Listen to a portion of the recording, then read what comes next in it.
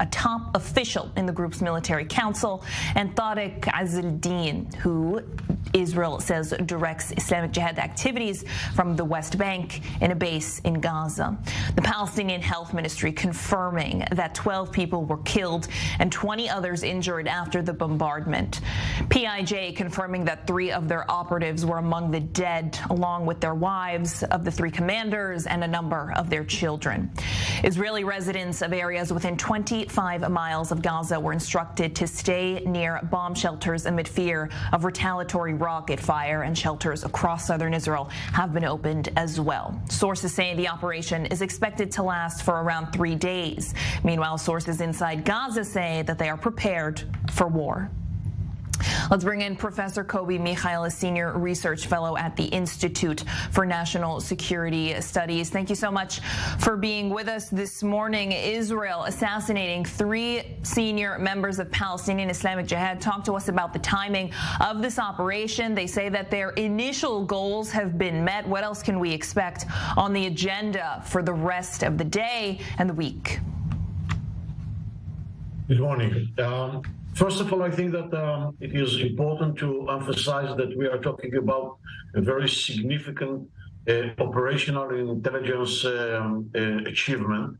Secondly, I think that the IDF and the General Security Services, Israel generally speaking, put or added another layer to the deterrence equation, not only vis-a-vis the Palestinian Islamic Jihad, but vis-a-vis all the adversaries and the enemies here in the region.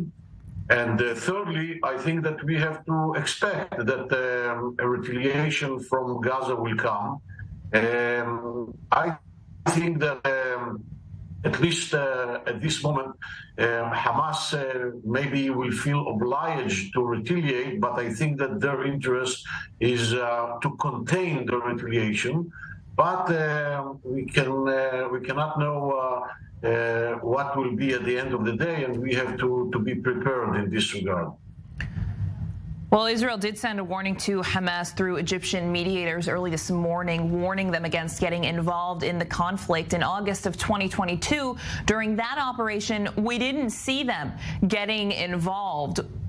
What kind of stakes are in it at this time, at this point around? Last August, we saw Israeli forces take out Taysir al-Jabari, 1 senior commander in PIJ. This time it's 3, along with some of their wives, along with children, civilians among the dead. So is Hamas more obliged to respond now?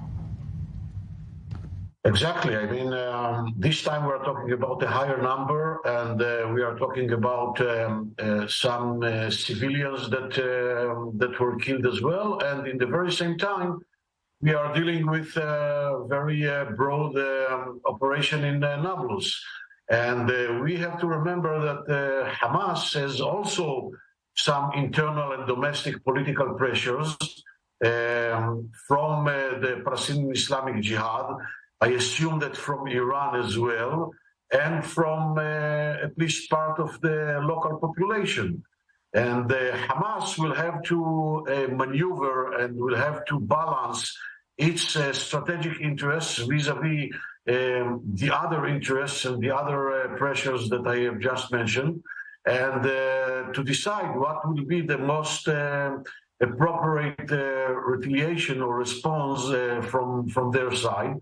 And I hope that they will not miscalculate in this regard, because otherwise we might find ourselves in a broad violent cycle, not only in the Gaza Strip, but also in the West Bank and maybe beyond. Kobi Michael joining us live this morning. Thank you. Let's head now to the south, where I-24 News correspondent Pia Steckelbach is live near the border with Gaza. Pia, talk to us about the atmosphere there. You recently reported that the schools were not in session, the bomb shelters were open. What's the latest? Well, Hamza, this really seems to be the calm before the storm. I'm standing here in front of a battery of the Iron Dome missile defense system. The Israeli army and the Home Front Command are getting ready for a possible multi-day escalation. The Iron Dome is prepared to catch possible rockets coming from the Gaza Strip. Hamza, as you said, the schools are closed today, but also because it is the Jewish holiday of Lag BaOmer, but also other educational institutions will be closed. Residents who are living in areas up to 25 miles away from the Gaza border are advised to stay close to their shelters. There are several roads which will be blocked. Some train services are suspended, not only for this day, but this special instructions are in place until tomorrow at 6 p.m. So really, we're here expecting an escalation to start possibly after the funerals of the 3 Palestinian Islamic Jihad commanders which were killed by Israel during the night. This funeral is about to take place at 10 a.m. this morning, so in less than an hour. Now, the residents are advised to stay close to shelters and they're getting ready, but these people here are prepared for rounds of escalations. This is also a week after the last military escalation between Israel and Gaza started last Tuesday. The Palestinian prisoner Khadr Adnan died in Israeli custody after a more than 80-day hunger strike. He was a senior Palestinian Islamic Jihad member from the West Bank. That caused rocket fire from Gaza. More than 100 rockets were fired into Israel. Israel retaliated, targeting weapon manufacturing factories in Gaza and other Hamas infrastructure. Now, we're hearing from the Israeli security establishment that this operation that we have seen yesterday night or tonight was planned since the weekend, but due to weather conditions, and also keep in mind schools are closed because of the holiday today anyway, this operation was postponed until now. Now, residents, after last week Israel agreed to a ceasefire less than 48 hours after the beginning of last week's escalation, residents were quite unhappy with what they conceived as an Israeli weak response. Yeah, last week we heard residents from the cities like Sderot, which are close to the border and have to deal with military escalations quite regularly, that they voted for this right-wing government because they ran with a promise to show harsh force against Palestinian militants. This is what we have seen now. Bezalel Smotrich, Israeli finance minister from the Religious Zionism Party, he said that he thanks the residents of the South for their patience and for their trust in the Israeli military establishment, to give them the trust that they would react at the suitable point of time. This is what we've seen now. Now, the residents here are getting ready for an escalation. Also on the Gaza side, we've seen at least 12 people killed in this operation. Yesterday night, 3 PIJ commanders, but also family members and children. Gaza is one of the most densely populated areas in this world, so every Israeli reaction will have to take into account that there will also be civilians hurt in Gaza. Of course, also on this side, people, as I said, are advised to stay as close as possible to shelters throughout the day, throughout the night, and also throughout tomorrow. Schools will also remain closed tomorrow, as well as other educational institutions. So people are getting ready for an escalation that might remain, or that might go on for several days. But as of now, it is still calm, but it is a very, very tense and volatile calm, Hamda. I-24 News correspondent Pia Steckelbach live for us in the South. Thank you. If you're just joining us, airstrikes in Gaza this morning as Israeli forces began a new operation dubbed Arrow and Shield. We're going to bring you expert analysis from all across the boards. Our correspondents spread throughout the country and here in studio. We're going to take a quick break for you now. You're looking at live images of the Gaza Strip where that bombardment took place. The Israeli military saying that their initial objectives were reached, but that this round is not yet over. This is I-24 News. Stay with us.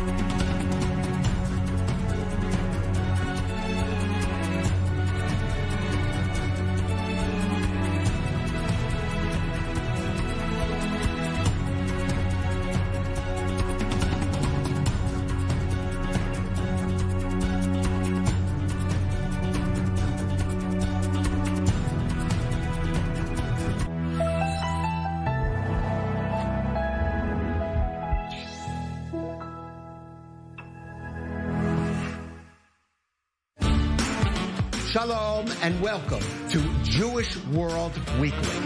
I'm Caleb Ben David, and each week we're going to bring you the latest from the Jewish world, from politics to religion, entertainment to the latest trends, and everything in between.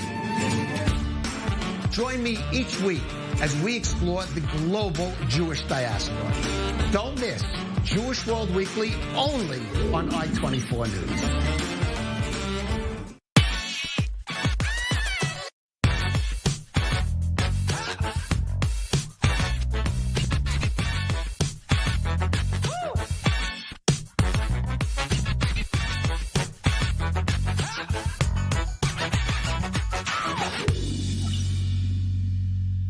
Imagine being able to see into the future.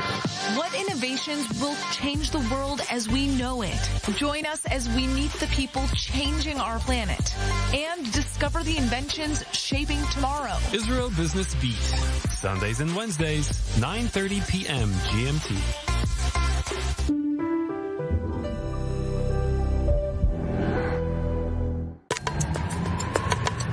Should I go to Viva Tech in Paris this June? Viva Tech is Europe's biggest startup and tech event. This is where business meets innovation.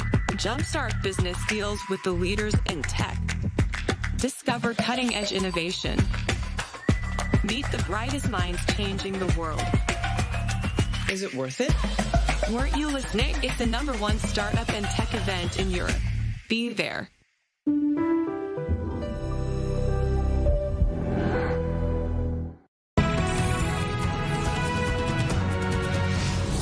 Welcome back to this breaking news edition of the broadcast from the I-24 News Desk. I want to bring in our panel now. Guy Azriel, correspondent and manages of our broadcast here, and Raphael Yerushalmi, former senior intelligence officer for the Israeli military. Raphael, I want to begin with you. Last week, I was hearing from sources inside Gaza and continuously reporting that should Israel carry out these targeted assassinations, there is a plethora of young men ready to take on these leadership roles. So even though Israel takes out these senior commanders, and then there are these minor escalations for 2-3 days at a time, the leadership is constantly getting replaced.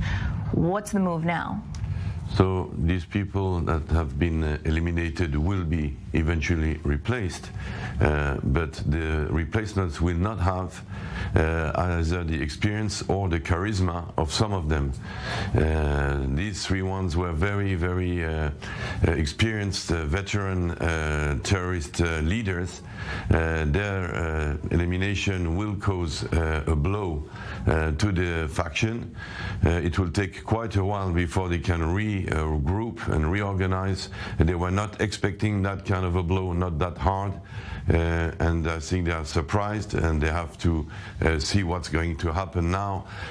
So the fact that they will be replaced or not replaced is not going to change much. There is a problem now. There's a regrouping. Most of the others that are on the list of eliminations are in the bunkers. They're in hiding, so they cannot really operate properly.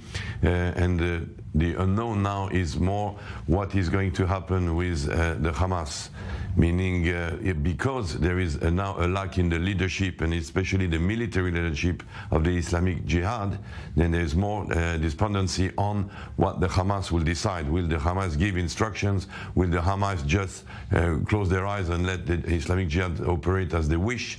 Or is there a division? Maybe there's a disagreement between the two. That's what the Israelis anyway are working on or hoping for, to divide between the two. There will be a lot of signals, psychological, mediatic signals sent by the terrorists to Israel, saying that we're going to destroy you, we're going to regroup very quickly, your citizens are going to be targeted, etc. That's the usual rhetoric of the terrorists, but I can assure you that behind that rhetoric of vengeance and cataclysm, they are really in a spot, and they did not expect such a surgical successful strike. And I do want to add to what my colleague just said here, is that what is important here is the message that Israel is sending. For quite a few weeks, maybe months now, the Israeli reactions were quite moderate.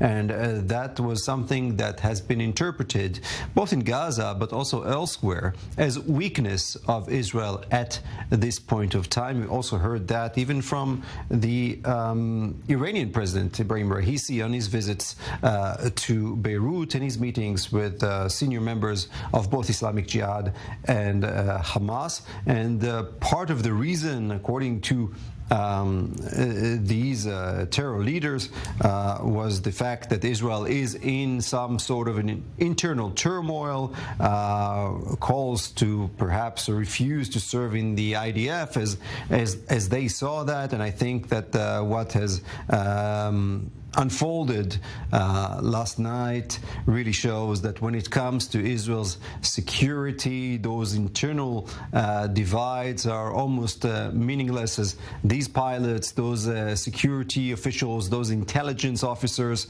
are all operating when needed to protect Israel, to carry out such a bold operation overnight. And I think that is the important point here, the strong message that the Israeli government wants to send, not just to the Islamic Jihad, but also to all of its enemies in the region. And Raphael, the Israeli security apparatus is bracing for a few days of fighting. Sources inside Gaza say that they are prepared for war. What can Israel expect during these next 3 days? Anything, and we're prepared for everything, meaning that in the coming hours there could be just a salvo of honor, saving face, a few shots of missiles towards Israel, and that's it. To the other end of the scope, which would be an all-out conflict with not only the Hamas joining the Islamic Jihad in Gaza, but many operations being led from Judea and Samaria to hit settlers or Israelis inside Israel. And even if Tehran gives the order, the Hezbollah also getting involved, and the northern front starting again. So you see that the scope is very wide. The spokesman of the IDF has said, and we can believe him, that the IDF is ready for all this kind of scenario. Everything is open, and right now there are a lot of drones and high flying aircraft over Gaza, making sure that they can spot in time whatever cell might want to deploy and start shooting missiles at Israel. The inhabitants of the south have been warned, but so far there is not an alert towards much towards the north. I think the northernest place in Israel that opened their shelters is Rishon LeZion, meaning we're talking now an alert 40 kilometers from the Gaza border inside Israel, not the whole of the country. But this could also happen. The coming hours will tell us. Right now the instructions from the internal front have been given from today until tomorrow evening 6 o'clock. And of course, tomorrow evening, 6 o'clock, there will be a reassessment of what is going on. We also have a meeting of the security cabinet to assess also the situation. Really, right now, it seems that the Israeli side has achieved what they wanted, the goal that they wanted. Most of it, they suppressed whatever they wanted to suppress, and they destroyed what they wanted to destroy. The message, as you said, was clear and loud. Now the other side has the initiative. We have to wait and see what they will say, but we're ready to answer any of their action. Raphael Yerushalmi and Guy Azriel, we're going to keep you here in studio, but turn now to our defense correspondent, Jonathan Regev, live for us on the phone. Jonathan, the country's defense minister okaying for the army to call up reservist troops as needed. Talk to us about the developments. Reservists mostly from the air defense units, air defense being mostly Iron Dome, understanding that they will be needed in the coming days, understanding that Israel can expect a barrage of rockets. Don't expect the quiet that we've seen in the 5 or 6 hours or so since this operation began. Don't expect it to last a lot longer. Islamic Jihad and possibly the Hamas as well contemplating how exactly to react, and we will see barrages of rockets, large barrages of rockets towards Israel. This time not only the Gaza border communities and the cities of Sderot and Ashkelon, which are close by, but also further inland, possibly to Ashdod, possibly to Beersheba in southern Israel, and even possibly further north. Yes, the area of Tel Aviv might be targeted as well. In order to be able to respond to all of these barrages, Israel needs the personnel to activate the Iron Dome systems. These are the reservists that are being called as of now, or perhaps there's a possibility of them to be called. The problem for Israel is that it is not exactly clear where this is going. It is not exactly clear at this moment if Israel will be dealing only with Islamic Jihad or with Hamas. These are two completely different stories, which will demand a completely different kind of answer. Also regarding reservists, which you asked.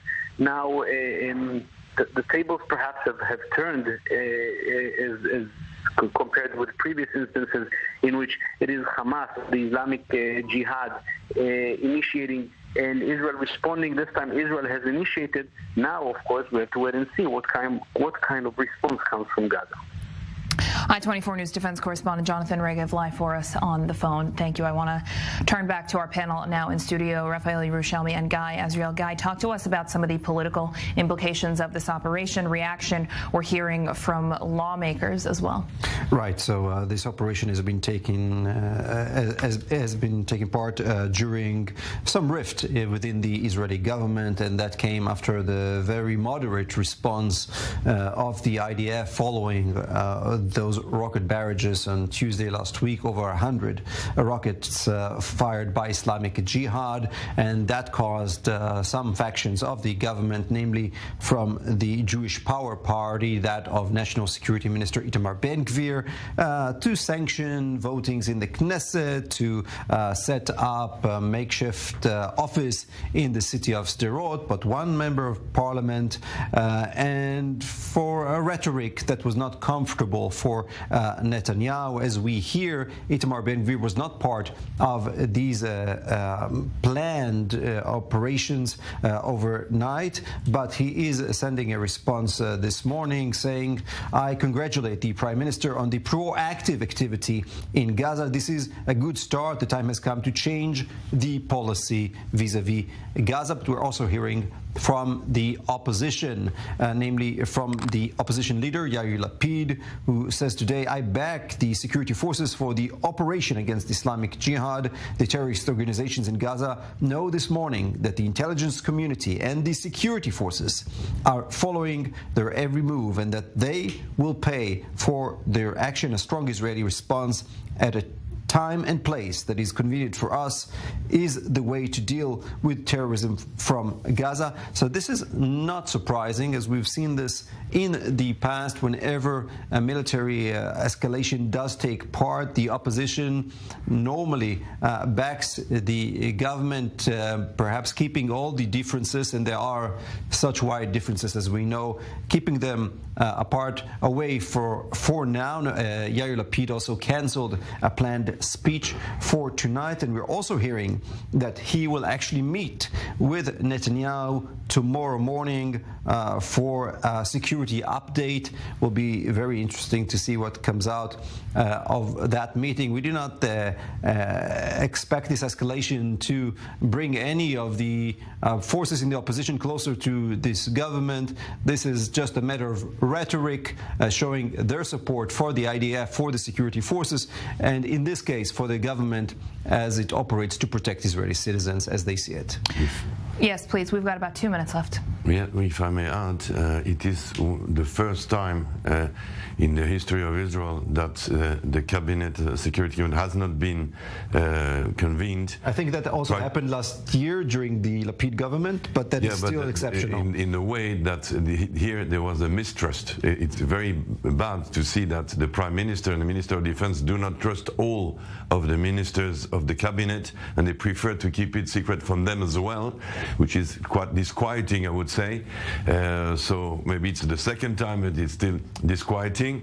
The Attorney General actually authorized the Prime Minister to take that step, meaning to start the operation without convening the Security Cabinet. So it's a bit of a problem for the continuation of the operations.